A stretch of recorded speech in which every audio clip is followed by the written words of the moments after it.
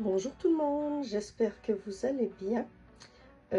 Aujourd'hui, je fais enfin ma vidéo pour vous présenter, comment on dit, ma progression sur mes toiles de Diamond Painting.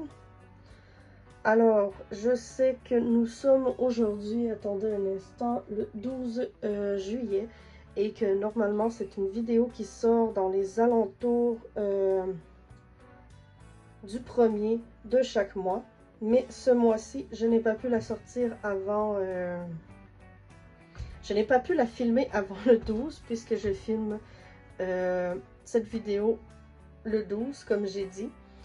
Et elle va sûrement être disponible dans les prochains jours, soit aujourd'hui, soit d'ici le 15, je dirais environ. Je vais faire mon possible, puisque j'ai une autre vidéo à filmer pour les alentours du 15, mais ça je vous en dirai plus un peu plus tard dans cette vidéo. Mais pour revenir à mon retard, je vais vous expliquer un peu ce qui s'est passé dans les dernières semaines, dans les 2 dernières semaines plutôt. Juste pour vous dire que c'était impossible pour moi de vous sortir cette vidéo en début de mois, puisque le 29 juin au soir, il est arrivé quelque chose d'assez, comment puis-je dire, pas difficile, puisque on a frôlé la catastrophe dans ma famille. Ben, dans ma famille, ici chez moi.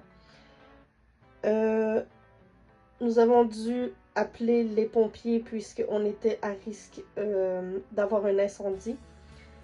Et le fait qu'on ait très bien réagi a sauvé notre demeure, puisqu'on aurait pu carrément passer au feu et tout perdre. Alors, nous avons appelé les pompiers et ils sont venus voir ce qui s'était passé. Donc, attendez, je suis un peu stressée là de tout vous expliquer. Ça a été vraiment là beaucoup d'émotions. Alors, je reprends du début, ça va être mieux pour vous. Le 29 au soir, nous n'étions pas couchés dans les environs de 10h20, 10h30 à peu près. Mais on était en train de regarder la télé quand tout à coup, plus d'électricité du tout dans la maison. Tout a arrêté de fonctionner. Et nous avons entendu un grésillement et un gros bourdonnement.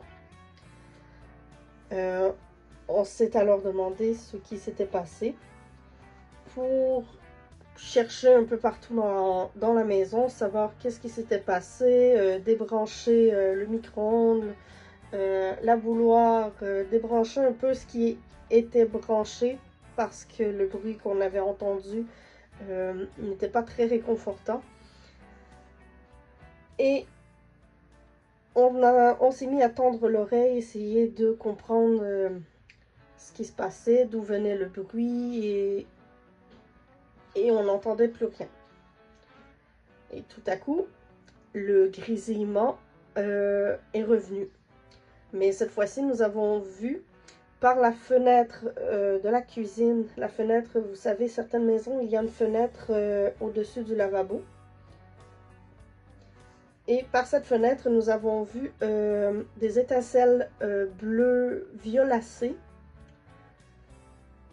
Et c'est là qu'on a compris que ça venait de l'extérieur de la maison, pour finalement se rendre compte que c'était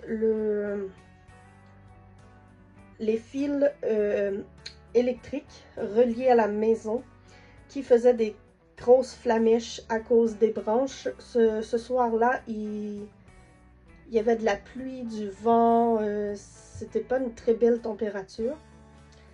Alors, on a accouru pour aller fermer le panneau électrique de la maison pour éviter que que s'il y avait un feu qui se déclarait, que ça soit tiré jusqu'à l'intérieur par l'électricité. Et nous avons appelé les pompiers. Ne sachant pas trop qui appeler dans ces circonstances, on a appelé les pompiers. Alors les pompiers sont arrivés, ont vérifié que tout était bien fermé, que l'électricité était bien fermée, et ils ont appelé, pour nous ici au Québec, c'est Hydro-Québec.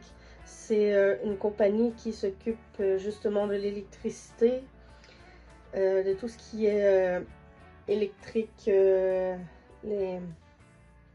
pour qu'ils viennent voir en réalité les fils et le poteau, parce que le poteau relié à notre maison avait penché un peu avec les anneaux. Finalement, ils sont venus voir, ils nous ont coupé l'électricité carrément. Quand je dis couper, c'est vraiment, ils ont coupé le fil, parce que le poteau, selon eux, ne leur appartenait pas, puisque nous avons une maison qui est louée. Et c'était au propriétaire de faire les réparations du poteau, redresser le poteau, et après, eux allaient nous rebrancher.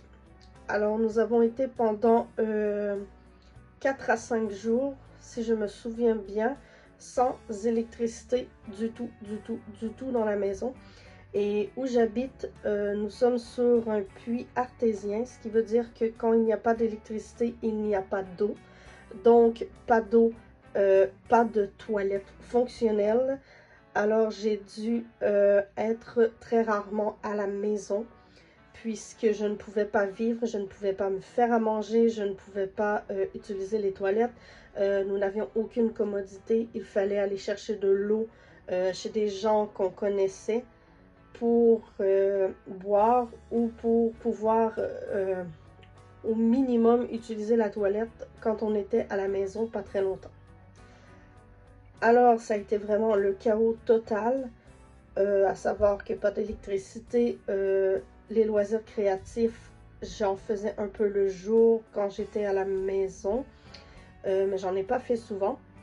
Je traînais avec moi quand je sortais chez d'autres personnes, le temps, mettons, de faire le lavage ou des choses comme ça. J'emmenais un point de croix, que ça, je vais vous reparler dans une prochaine vidéo, que je vais vous les présenter. Alors, ça a été vraiment une semaine, pas catastrophique, mais un gros branle-bas de combat, comme on dit. Après ça, nous avons été rebranchés, je crois que c'était le mercredi soir ou le jeudi soir, je ne me souviens plus trop. Presque en fin de la semaine. Après ça, il a tout fallu redéménager puisqu'on n'avait plus de congélateur. Nous avons déménagé notre viande chez quelqu'un qui a bien voulu nous l'entreposer. Cependant, quand nous avons retrouvé l'électricité, nous avons dû aller chercher toute cette viande, la ramener à la maison. Et ensuite, on a eu le week-end pour un peu essayer de se remettre de tout ça. Et moi, je vais vous dire que cette semaine, j'ai des douleurs musculaires un peu partout. J'essaye de faire avec, mais des fois, c'est pas simple. Alors, je vous dis que ça a été un début de mois très mouvementé et très difficile. Mais tout va bien par ça. J'ai réussi quand même à avancer mes choses au mois de juin. Tout a été fait. J'ai avancé un peu dans les 2 premières semaines de juillet. J'ai des choses que je n'ai pas fait encore, que je vais vous en parler. Et ensuite... je m'étais fait une petite liste de choses à vous parler. Alors là, mon retard, mes péripéties des dernières semaines.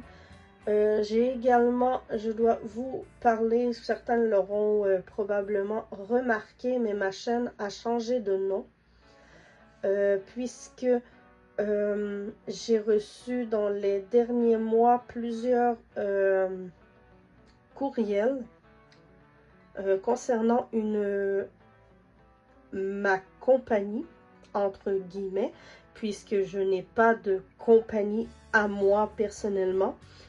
J'avais des gens qui m'écrivaient sur mon courriel concernant ma compagnie. Je n'avais pas de compagnie.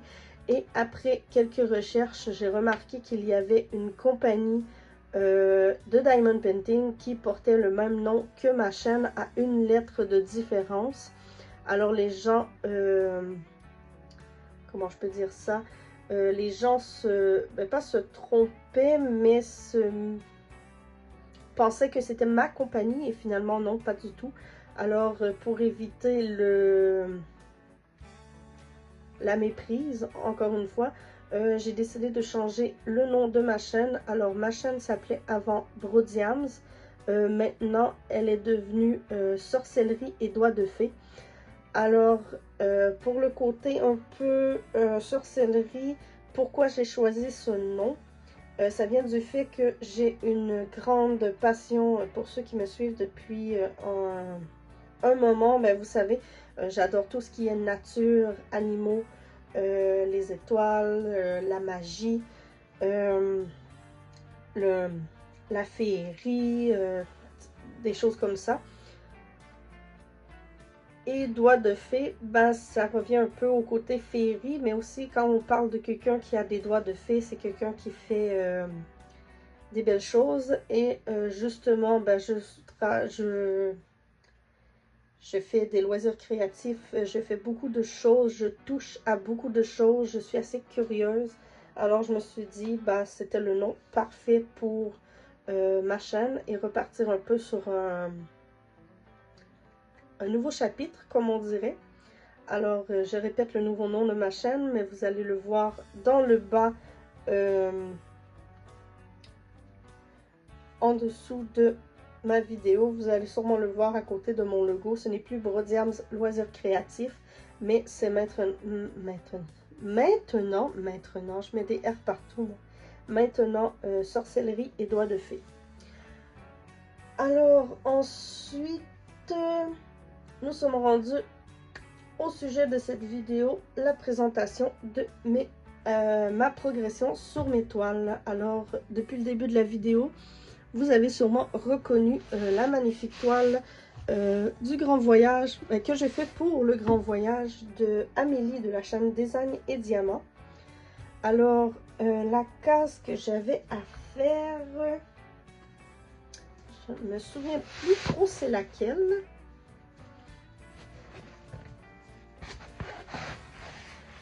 Juste un instant, j'essaie de pousser ma toile derrière mon verrou. Et voilà. Alors, si je me souviens bien, c'était... je ne suis plus trop sûre, mais je crois que c'était celle-ci, ici, qu'il fallait que je fasse pour le mois de juin. Alors, comme vous voyez, c'est réussi. C'est soit celle-là ou celle-là. C'est une des deux, mais je me souviens plus trop. Mais je crois que c'était la joue que je devais faire parce que le coup, je l'avais déjà fait. Excusez-moi. Et pour le mois de juillet, j'ai déjà 2 semaines du mois de juillet de passer. Et je dois encore faire la case numéro 6 qui est juste ici en bas. Elle n'est pas faite encore comme vous le voyez. Et nous sommes le 12 juillet.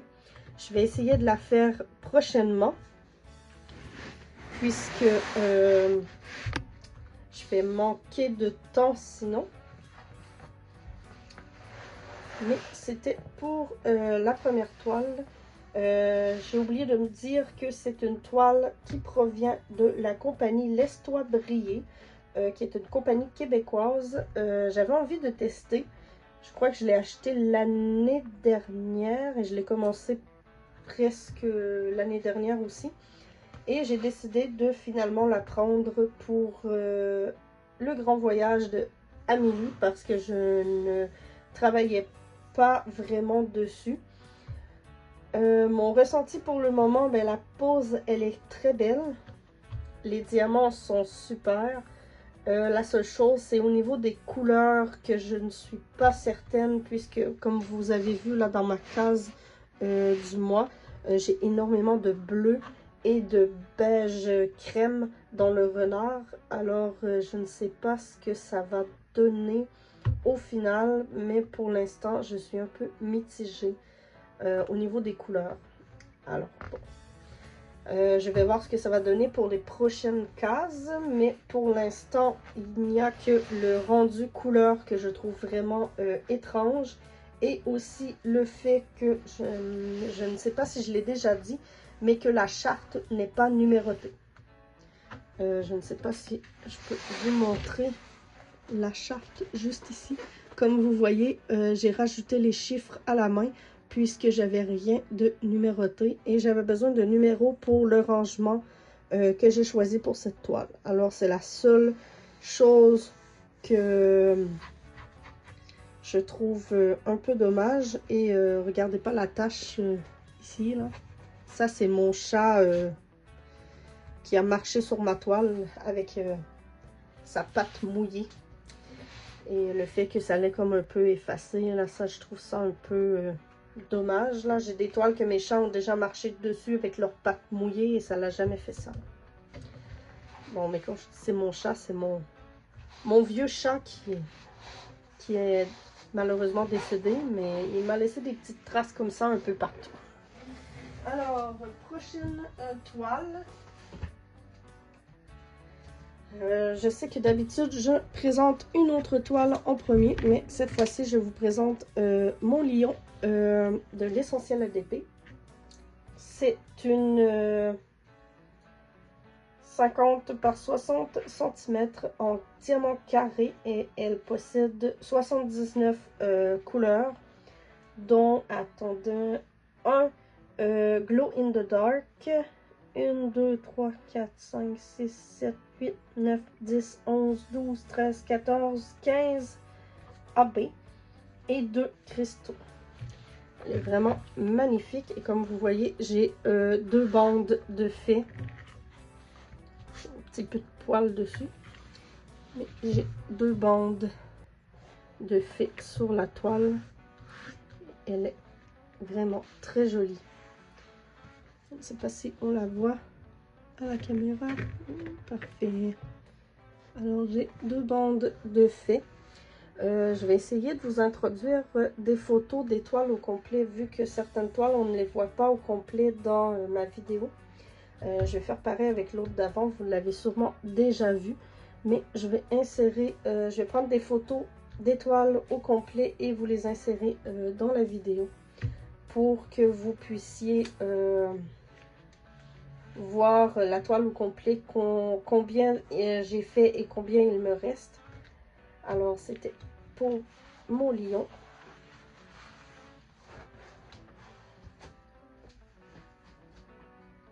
Ensuite, justement, c'est une que je vous parlais, que vous ne verrez malheureusement pas tout à la caméra, puisque c'est une 100 par 70 cm en 115 couleurs qui provient de la compagnie Les Créations Méli-Mélo. C'est le loup de Castorland, je crois qu'elle s'appelle cette image. Alors, comme vous voyez, j'ai la moitié de la toile de fête. Ici. Et il me reste la tête du loup ainsi que enfin tout son reflet et il me reste vraiment la moitié à faire. C'est une très grande toile. Alors j'ai réussi à atteindre la moitié. Malheureusement cette toile j'ai décidé de la mettre de côté un certain temps. Ce n'est pas parce que je ne l'aime pas. Je l'adore, mais avec 115 couleurs, ce n'est plus possible pour moi en ce moment. Surtout que nous sommes l'été, j'ai plus envie de faire autre chose que m'asseoir des heures pour faire une section. Alors, j'ai décidé de la mettre de côté, mais ne vous inquiétez pas, je l'ai remplacée par une autre toile que j'ai reçue dernièrement, mais que la toile... Je ne l'ai pas unboxée puisque c'est une toile aussi des Créations Méli-Mélo. Alors, je vais mettre de côté mon loup et je vous présente la prochaine. Alors, la prochaine que j'ai, c'est celle-ci. Comme vous voyez, je vais vous montrer. J'ai 2 sections de fées dessus. C'est une 90 par 60, alors elle est légèrement plus petite que mon loup. Oui, je sais, moi j'adore faire de grandes toiles pour avoir le meilleur rendu possible. Sur cette toile, c'est une image que j'ai souvent vue sur c'est une image que j'adore, mais c'est une image que j'ai souvent vue sur les sites chinois et en trop petit format. Je crois que la plus grande que j'avais vue, c'était quelque chose comme 40 par 50 et je trouvais le rendu vraiment pas très joli. Alors, j'ai décidé de me faire une 90 par 60 de cette image. Alors, je vais essayer de vous la montrer au complet. Mais je ne sais qu'on ne la verra pas au complet. Alors, voyons voir. Ou sinon, je vais vous mettre, je pense que je vais vous mettre tout simplement la photo de la toile et vous montrer. Alors, c'est également une toile de chez Création Méli-Mélo. Et je vous montre l'image juste ici. C'est une magnifique image de Croque-Mou du film Dragon et de Stitch. Ce sont deux personnages que moi j'adore, j'affectionne tout particulièrement. J'adore l'univers Disney, j'adore l'univers DreamWorks. Alors je me disais, ben, les deux ensemble, ce sont mes chouchous.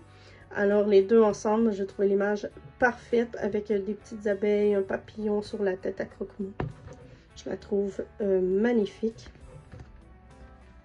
Et c'est une toile avec 71 couleurs, dont 3 AB et 2... je ne sais pas comment ils les appellent chez les Créations Méli-Mélo, mais des poussières de fées. Que les gens les connaissent plus par ce nom.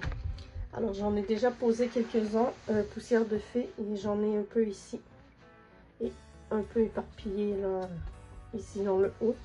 Mais cette toile, elle est tellement agréable à faire. C'est celle que je garde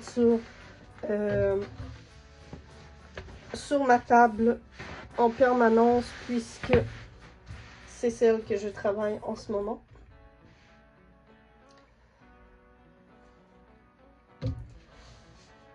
Alors, c'était tout pour cette vidéo.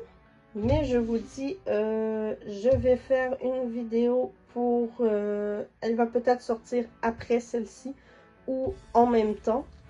Ça va être mon tout premier Flosstube. Je vais vous présenter les projets que je fais, les projets que j'ai envie de faire, mes achats que j'ai fait concernant le point de croix dernièrement. J'ai reçu quelques enveloppes et j'ai envie de les ouvrir. Ben, de les ouvrir. Elles sont déjà ouvertes, j'ai déjà regardé dedans, mais je vais vous présenter ce que j'ai reçu, puisque je n'ai pas eu le temps de faire des unboxings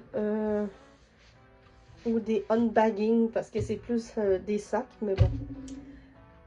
Alors, je vais vous présenter tout ça durant mon Flosstube, mon tout premier Flosstube, et en même temps, je vais vous parler un peu de comment j'ai commencé le point de croix. Alors, si c'est une vidéo qui vous intéresse, surveillez la chaîne, abonnez-vous. Si vous aimez mon contenu également, vous pouvez vous abonner pour pouvoir être au courant de quand je mets des prochaines vidéos et pouvoir suivre l'avancée sur mes différents projets. Alors, sur ce, je vous souhaite une très bonne journée et à la prochaine!